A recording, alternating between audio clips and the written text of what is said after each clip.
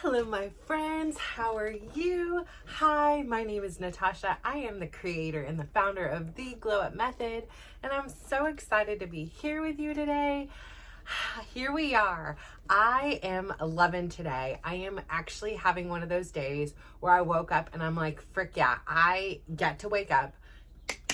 Awesome. I am going to do all of my Monday fun day stuff and get it going on.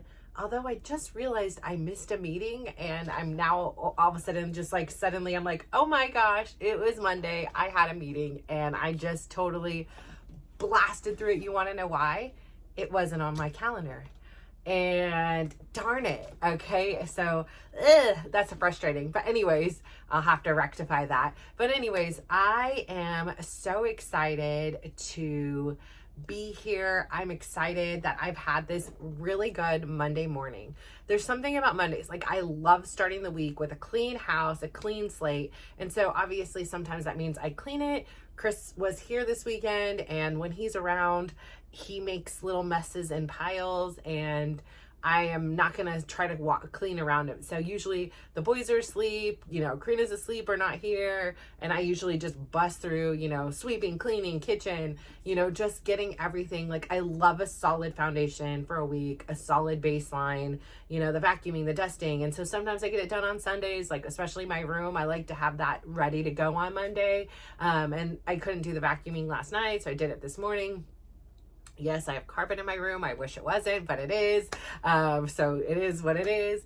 I got like watering done because it's gonna be a super hot week here. So, I really love my succulent babies and I love my garden is like actually really thriving right now. I've been taking care of it. Like sometimes it just is like, oh, it gets too hot or I get too overwhelmed and I don't have a good system for it. So I've kind of have this good system going into it right now. And my garden is thriving. I was, trimming up and deadheading some of my sunflowers and my bougainvillea is popping.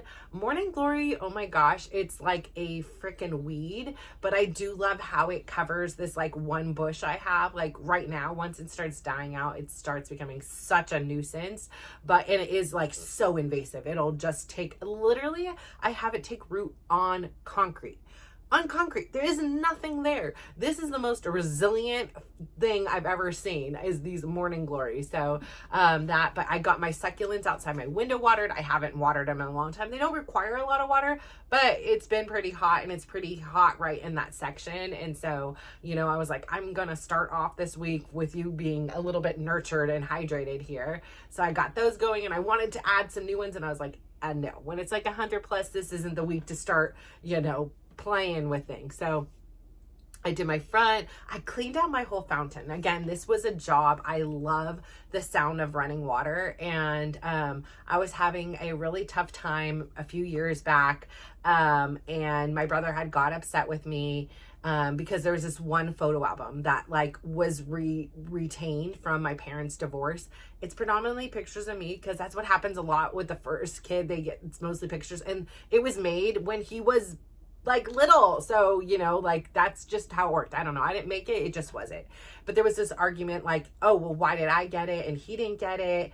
And, he was really upset with me about it. And I was like, fine, take it. And I was like, I'm going to scan it in and give it to you. And he was like, no, I'm going to take it. So he didn't talk to me for a long time over this photo album. And I was like, whatever, I conceded. Here, take the photo album. He's like, don't worry. I'm just going to scan it and give it to you. It's been like 10 years now. I've never got the photo album. I've come to peace that I will never get this photo album back. I heard from my dad, he recently moved and I'm sure he probably threw that shit away. I don't know. But whatever. He's got the photo album now. I hope he enjoys it. Like every time I was there, he's like, oh, I didn't give that back to you. It's like in my garage buried somewhere or whatever, like it didn't mean anything to him, but it meant a lot to me. And so I don't know, whatever. It is what it is. And, so anyways, he has the white photo album. And so like when he was going through all this, like I was just so upset. And for some reason, like I had this like desire of this little courtyard and I really wanted a fountain. I love a water sound feature and it just something about it just brings me such peace. Like I just really love that sound of water. And so I went out and I reluctantly purchased myself this fountain at Lowe's.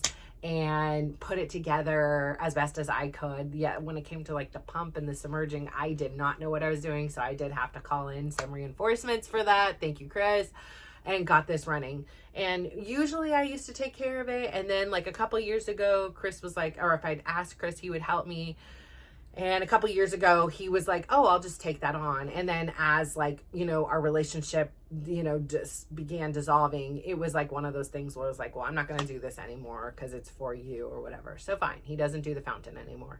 And, you know, I mean, we are our own thing. Like I still go to Costco and buy him the things that I don't eat at all and that he really likes. And he's the only one to eat here, but that's me, right? Like I am a nice person. I'm kind, and I'm not going to, you know, I have this desire to have a peaceful co-parenting relationship with him, and me being mean and cruel or just, you know, not caring about how like something may make him feel happy. Like, I don't know, I would do that for a friend. It's, you know, it's not like it's not out of my way. It's not all this thing. So anyways, I say all that to say, like my fountain, I've been trying to figure out how to like maintain it. One time I put in too much soap and I just couldn't get the water clear, and I couldn't figure out, and I was trying to tip it over, and then it was falling and breaking and all these things. So today I realized, oh my gosh, scoop out the dirty water. And like really I scooped it all out, and then I like put the hose in where like water comes out again and more dirt came out, and I cleaned all that out and got it like nice and clear,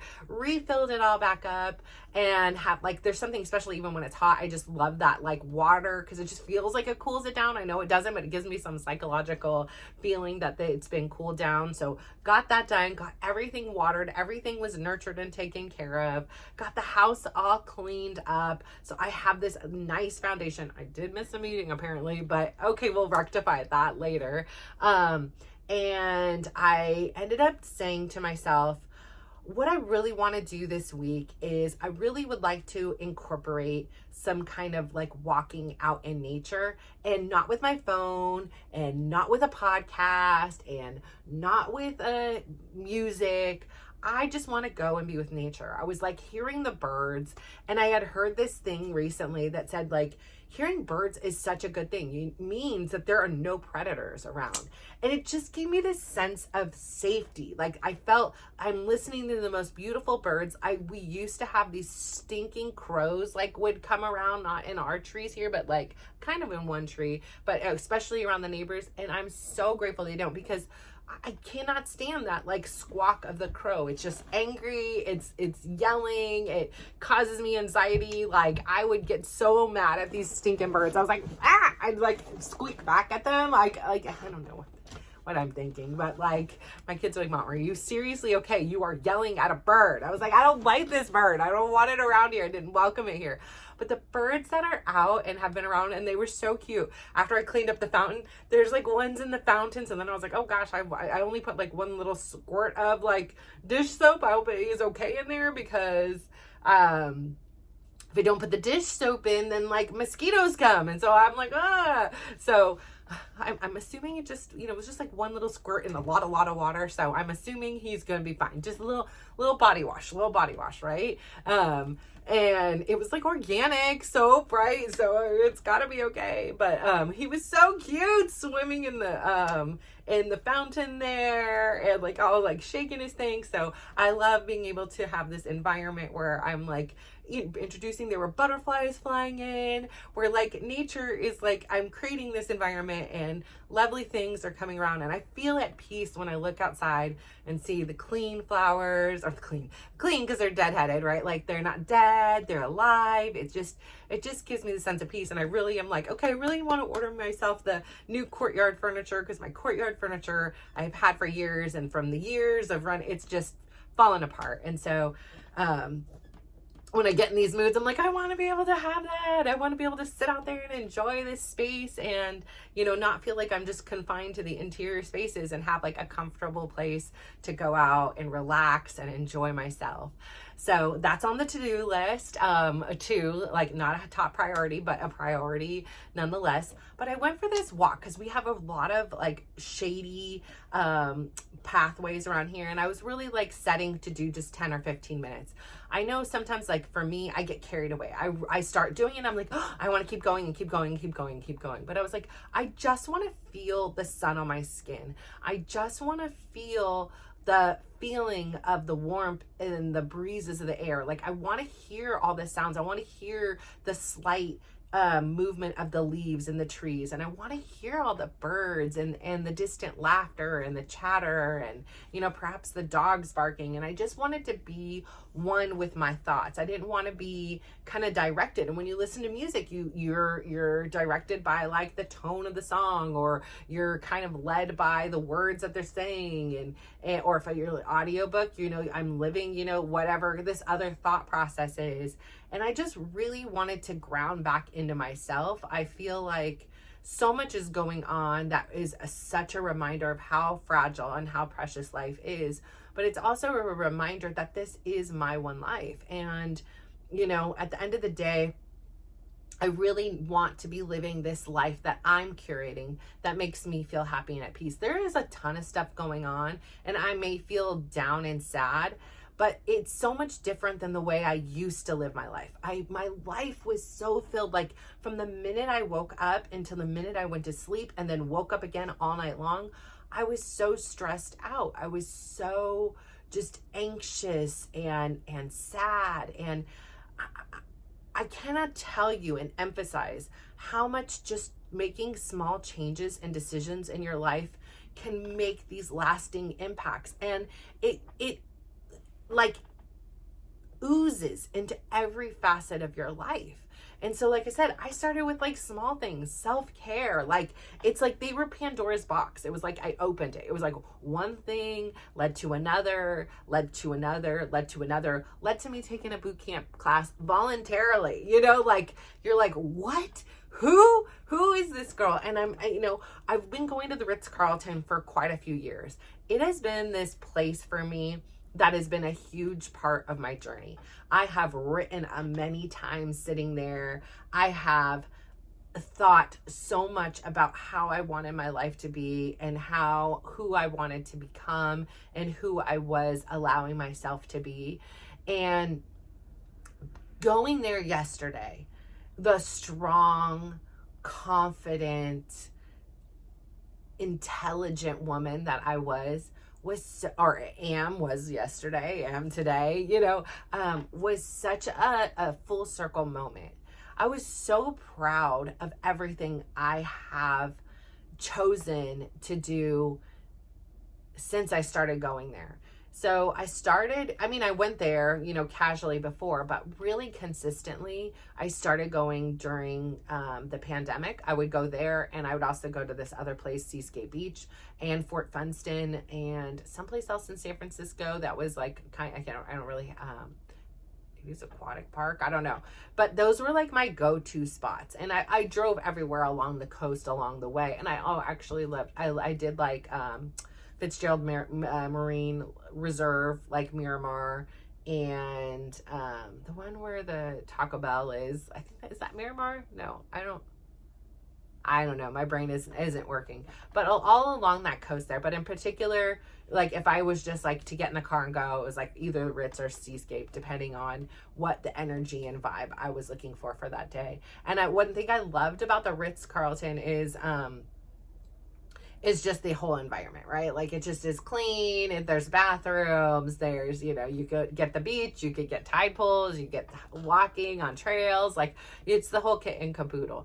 The downside is it's challenging to find parking. There's very, very, very limited parking. So you have to be there early or be super lucky and have the parking gods be on your side. So that one will always be like kind of like my I don't want to deal with that, kind of thing. But I say all that to say, since I started going there, when I started, I was just so lost. And I feel like so much of my life was just kind of lost, and I just didn't know who I was, but because I never knew I could be somebody. Does that make sense? Like, sometimes I have somebody who's in my life right now, and he goes through a lot of these experiences that I've witnessed and or hear about secondhand. And I'm like, gosh, that's so relatable, because it was just like, I don't think he has had permission to think for himself. I don't think he's ever had permission to know, like, it's okay to have a decision. Or it wasn't like I just was like, I knew what I wanted to do and I just didn't allow myself. It was just like, I didn't even know you could think like that. Like, I didn't know that was a possibility. Like, for me personally, I thought it was something in fairy tales and, you know, books or whatever. Like, I didn't know, like, I could make decisions for me in my own life without feeling guilty or anything like that. Like I said, I still struggle with it. Yesterday, you know, instead of just going to the restaurant like I wanted and enjoying it, I was like, but, you know, my kids haven't ate and, you know, I feel bad and let me just check if they've ate. And, you know, and then I get frustrated because I'm like, their dad is home with them the whole time. Like, why is this, you know, like, why aren't they figuring it out? Like, I am not there. And when he decided to not come home for days, he wasn't worried if they were eating or, you know, should he bring something or what, you know, did they need anything? Like, he didn't care.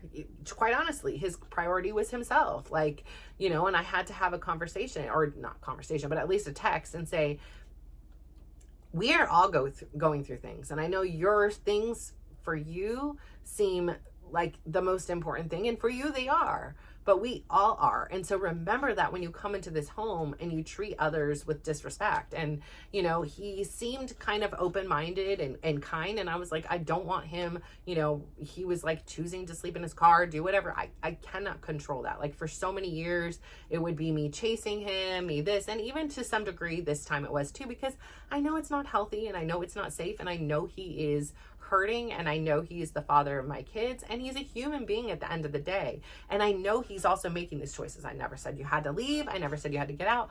All I asked was him to simply do a couple things around the house. Clean his bathroom. He shaves his head every day, so there's hair everywhere. That's not my responsibility to clean up the hair that you have, you know, everywhere. You want to shave your head? You want to make a mess? Fine, go ahead. Clean it up.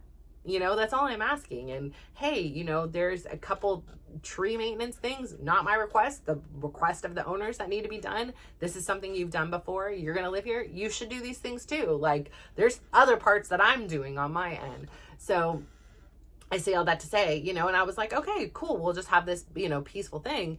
And then again, yesterday, because I went out, you know, I come home and he's like triggered and pissed off and, you know, rude to me. And like, you know, I left the house clean and I came home and dishes are piled up. And I was like, hey, the dishwasher is dirty. Like, I left the dishwasher dirty. You can put it in. He goes, well, you should ask your boys to do it. I'm like, I didn't eat any of this. I didn't cook any of this. This isn't my responsibility. Why don't you ask your boys? And he's like, nope, not going to do that. And so, you know, I send a text and usually I'd be like, hey, can you do this? And this time I was like, I'm going to include him in. I put him to my two boys and I put it to him. Dad said he would like you to do the dishes. Dad asked me to ask you guys to do the dishes. So, you know, if he wants to play this game, I'm a very intelligent woman and I'm not going to play along. And on the contrary, I don't need to put up with this. Like, I am going to allow him to be here, but I'm not going to, like I said, I'm not going to tolerate abuse and mistreatment. And, you know, if that means for him, he chooses to sleep in his car instead of choosing to get an apartment or, you know, go someplace else, that's his decision. It is not mine. And I know he wants to sit there and feel sorry for himself. And, you know, he's like, you know, asking, am I allowed to come back? I never said you couldn't come here in the first place. So, you know, like these stories that you're creating. And he's like, I haven't slept. And so, you know, I'm like, yeah, some good sleep will do you well. Like, good food, good sleep. That is a serious thing. But, you know, this has been the same case for him and he hasn't changed.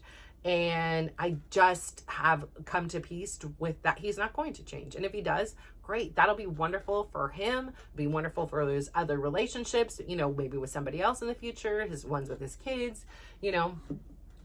And I hope like he could see, you know, like from his relationship and his sorrow now about his dad is like, he does this all the time. Is like from the day we met, you know, which was is about to be our 25 year, would have been our 25th year anniversary. You know, he has been complaining about his dad and there's no relationship. And I've been always encouraging him, like, if you want one, do what you can. Control what you can control. You can call him. You can do these things. You can't control what he does. If it's important to you, and see what happens out of it. And, you know, he's, you know, maybe 2 or 3 times out of the entire, 25 years, he had made the initiative. And when he didn't get the responses he wanted and the way he wanted, and then his dad to always be chasing him, he was like, well, he doesn't want me in his life then. He doesn't want this. And so again, that's on him. Like, that's his story. That's his thing. But that's the same approach he has with me, his same approach he has with his friends, same approach he has with anybody, is like, they need to come to him. He is not coming to them. He's going to sit back, and then, that's what it is. So anyways, that's enough about him. But it is this pressing thing, because now I am not the same person. I do not tolerate this kind of mistreatment all the time. And he comes home and makes big messes and, moves things around and doesn't return to the place. And, it's like having another child in the house. And so, he's not, but, it just is what it is. Like, I go shopping, whatever, I do those things and worry about the kids and all their medical stuff. Like, that's all on me. And, his thing is to bring in what money he can, as he says. He does the best he can. And then the rest is on me. And that's just the way it is. And so, yeah, we will not be living together for the rest of my life. And I have peace in knowing that it's not going to always be this way, because I don't deserve this treatment. I don't like that energy he brings into the house. A lot of negativity, a lot of complaining. And it's just, for me, I just need to take a step back. So my house is clean. I'm excited to get my taping done. I'm excited to hang out downstairs, because when he's here, I don't really get to go downstairs. So I am glad that I will have that chance to go, because it's going to be hot. And so I'm going to let my room stay cool as I can, for as long as I can. And I'm trying to think of other alternatives, like, while it's hot, right? Like, I'm an adapter person. So obviously filming in the morning would be great, but also, like, I can get some work done sitting at the pool or going to the gym or different places. So, me taking my walk this morning and changing my routine really opened my mind to different possibilities and different things to see, like what I would like to do. And just being out, I feel like even when I travel and do things, I'm like on a go. And Sweden just gave me this sense of like, it's okay to not go. It's okay to like really sit back, relax, and enjoy where I'm at. And I don't give myself permission to do that often. So like, even when I used to go to the Ritz, it was like, I have to be writing, I have to be walking, I have to be doing something. So just sitting back and doing nothing and reading and just relaxing and people watching was such a gift for me yesterday. Like, I feel like $1 million. I feel like my brain has cleared up. And I feel like that was definitely what I need more of in my life. And so just having more moments of mindfulness, getting my meditations in and getting my work done that I want to do, I feel like is just creating this life I want. This is the life I want. I want this balanced life. I want this life in which I have the clarity and the focus so that I can really do my work, and I'm not distracted by my emotions, and I'm not distracted by other people's emotions and things going on, that I can just show up and be me the way I want to be me and not have any kind of apologies for that. Like, I am who I am, and just as much as just Chris is who he is. But it doesn't mean that I am who I am and everybody's like, oh, let me love her and let me be around her. Like, my energy may be too much. My energy may be like too whatever, or like, it may not be your cup of tea, but there's this group of people like you that it's just perfect for, and we just mesh and mash, and that's that's cool. That's what I'm here for. Like, I'm not trying to force people that don't like me to like me. That's cool. Like, because I don't like everybody. I'm gonna be honest. Like, there are some people that just get on my damn nerves for some reason. I don't want them to. Like, it would be so much easier if it was just like, but even still, like, I'm getting so much better. Like realizing that there is this separation of Chris from myself. Like, before, he used to post on Facebook and I'd be like, no, you didn't say that, or you said this to a client, no, oh my gosh, like, would have all this like panic as if it was like this reflection of me, or have all this panic like, you shouldn't do that, and that's not right. And it's just like, let him. He is not me. I am not him. And yes, while you're married, you guys are supposed to, in my opinion, you join forces and da-da-da-da-da. Listen, we didn't have this kind of marriage. Like, we just never did. It was never, ever like that. And it will never, ever be that way. And we are very separate.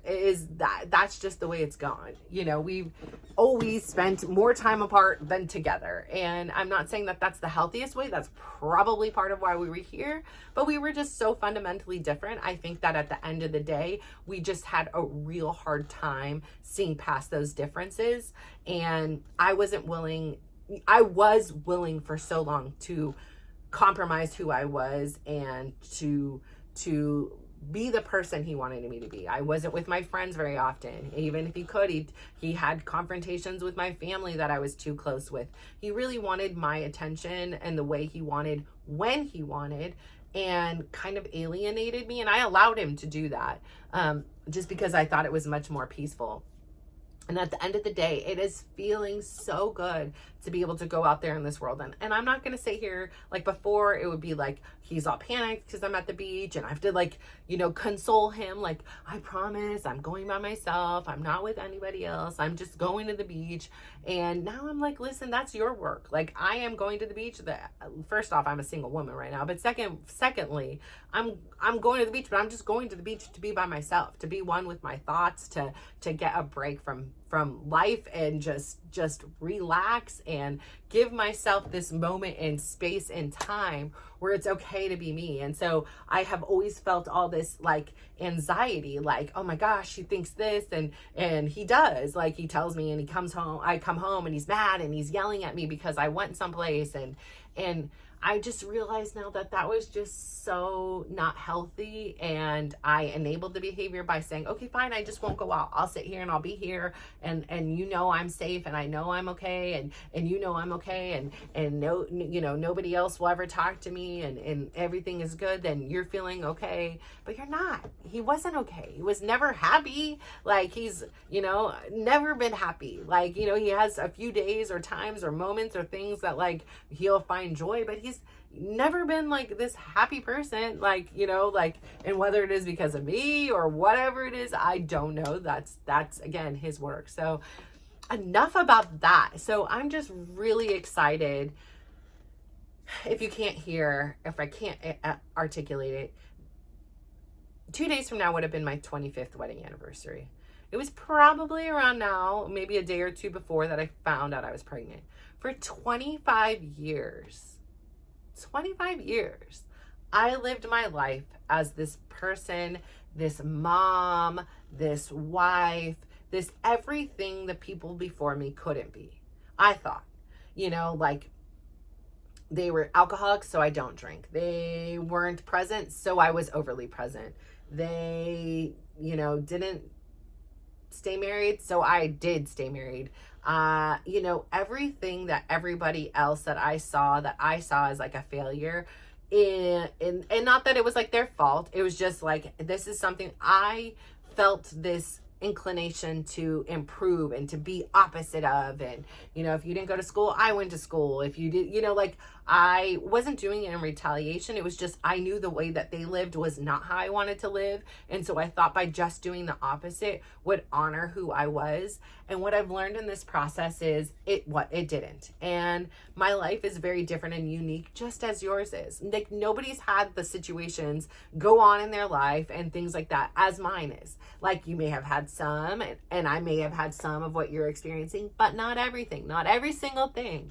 And so I really need to tailor my life for what works for me, what things I enjoy. And I obviously want people in my life, right? So you have to compromise, and you have to, include other people's thoughts and opinions in that equation as well. But it's really important to surround yourself with people that understand you and you understand, and if not, are willing to listen and hear you, even if they don't understand, and support you just as you are them.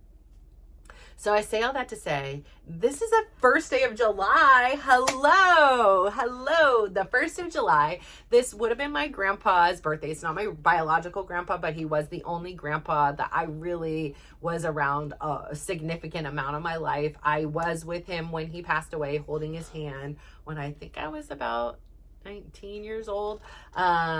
So, he has Grandpa Jim. happy birthday to you. It's the 1st of July.